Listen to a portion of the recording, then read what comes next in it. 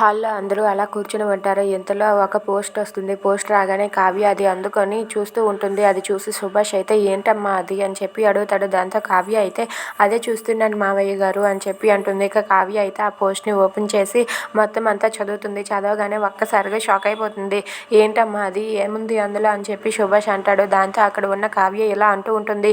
"మావయ్య గారు ఇది కోర్ట్ నోటీస్ మావయ్య గారు" అని చెప్పి అంటుంది. అది విని ఇంట్లో వాళ్ళందరూ ఒక్కసారిగా షాక్ అయిపోతారు. "ఏంటి కోర్ట్ నుండి నోటీస్ వచ్చిందా? ఎవరు పంపించుంటారు" అని చెప్పి అడుగుతూ ఉంటారు. అది విని అక్కడ ఉన్న ధాన్యలక్ష్మి, ప్రకాశం ఇలా అంటూ ఉంటారు. "మేమే పంపించాము" అని చెప్పి ప్రకాశం అంటాడు. అది విని ఇంట్లో వాళ్ళందరూ ఒక్కసారిగా షాక్ అయిపోతారు. "ఏంటి మీరు పంపించడం ఏంట్రా" అని చెప్పి బామ్మ అడుగుతూ ఉంటుంది.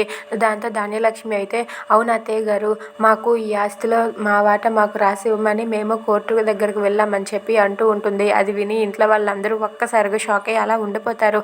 ఇక కావ్య, రాజ్, అపర్ణ వాళ్ళు షాక్ అయ్యి అలా చూస్తూ ఉండిపోతారు. ఇక ధాన్యలక్ష్మి అయితే "మా ఆస్తి మాకు కావాలి" అని చెప్పి అంటూ ఉంటుంది. దాంతో అక్కడ ఉన్న కావ్య ఏం చేయాలో తెలియక సతమతం అవుతూ ఉంటుంది. Thanks for watching friends. Please subscribe our channel.